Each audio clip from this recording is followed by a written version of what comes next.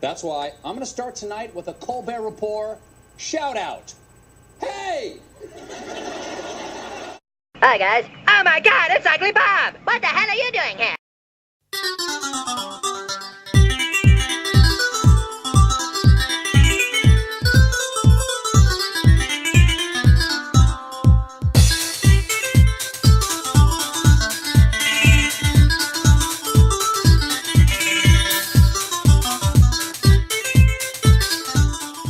Today we are taking a look at the 2D Nintendo DS revival of the classic side-scroller Super Mario Bros. This game is uninspiredly titled New Super Mario Bros. And was released in May of 2006. This is one of the few in my history of gaming that I can recall such anticipation for a handheld title. Maybe the myriad of Pokemon Game Boy releases provoked such a reaction, but I was pretty apathetic about gaming from 1997 to 1999, so I must have missed it.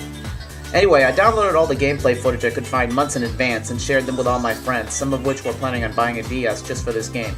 Would this game be a killer app for the DS? We'll see. We'll get to that later on. First, the story. It's the same Mario story recycled yet again. Bowser Jr., kidnap Peach, and Mario must save her. Pretty standard, but functional. Graphics. The graphics have a 3D look to them. This is as such because while the game is seen in 2D, most of the characters and background objects are actually 3D renderings on 2D backgrounds. Enough technical terminology. The look of the game is what I expected, having seen the aforementioned footage months ahead.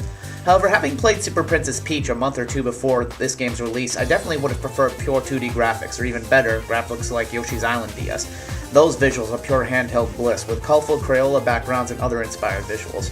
New Super MB Mario graphics have a feeling of functionality but no real expressiveness. Because this is one of the few times I'm trying to convey a real preference for a type of graphics, I'm at a loss to describe it properly. Apologies. Music. The music is quite similar to the graphics, simply there.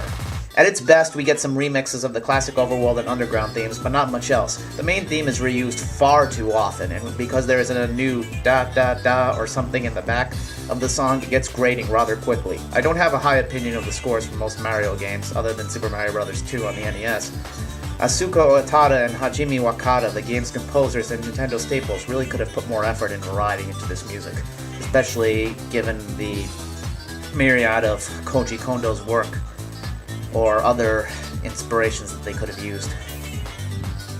At least the sound effects are great. Let's all give praise that they did not mess those up. We also get some of Charles Martinet's classic lines at random times in the game. Great stuff. Probably the best things in New is sound-wise is the neat Easter egg when you put your DS to sleep. Mario says, "Bye-bye," followed by, "It's me, Mario," when you reopen the case. That's certainly a bad attempt to recreate the sound, but it's still a neat treat. When it comes to gameplay, it is pure Mario goodness. Running along, stomping Goombas and Koopas, good stuff. On the surface, New's gameplay seems flawless, but Mario fans are bothered by the what could have been gameplay. While the new power-ups are fun at first, there's a reason they put a Mega Mushroom in the very first stage. A gamer will quickly realize that New is nothing more than the original Mario Bros. With a fresh coat of paint and some tacked-on features from Mario 64. The triple jump is never needed and will often get you killed. The backflip or roundabout would have been much better as evasive skills if only they were in the game. The Mega Mushroom, again, is rarely seen and only helpful in defeating bosses, because quite simply, you are too big to get through many levels while using it. Mini Mario is similar, but only really useful in finding hidden exits and making the game tougher if you so wish, but there are always handicaps you can impose to do that. Shell Mario is ironic because that power-up is more like a power-down. Once you get going, there is no easy way to stop, thus making the game harder. I confess that I messed around with it a bit, but it is a pretty silly suit. Give me the Tanuki suit or even the Frog suit any day. The level design is more like Mario 3 than Super Mario World, as only a few stages need to be visited to reach the castle. Hidden exits are present in a lot of stages and are fun to discover, increasing the replay value.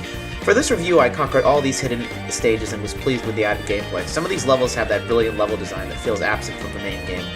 Challenge is fairly low in this game, with the same boomer-like mini-boss battles over and over again. The stage bosses are pretty inspired, especially what you must do to access the alternate levels. Between that and Mario World Item Box, we definitely get some sparks of Mario nostalgia goodness. Besides that, the same strategies always work. Get 2 fire flowers and just incinerate everything. If you get into a tough spot, use the Megas. Replay value is good. Going for the hidden exits and extra levels extend the fun for a good while. Other than that, is the kind of game that you will definitely want to pick up once in a while to have a good time with. In summation, New Super Mario Bros. Is a game that retro fans can be grateful for, but it misses the mark in trying to appeal to that very audience. News sales numbers suggest that the game is being purchased as a DS Essential, thus creating new fans of traditional Mario side-scrolling.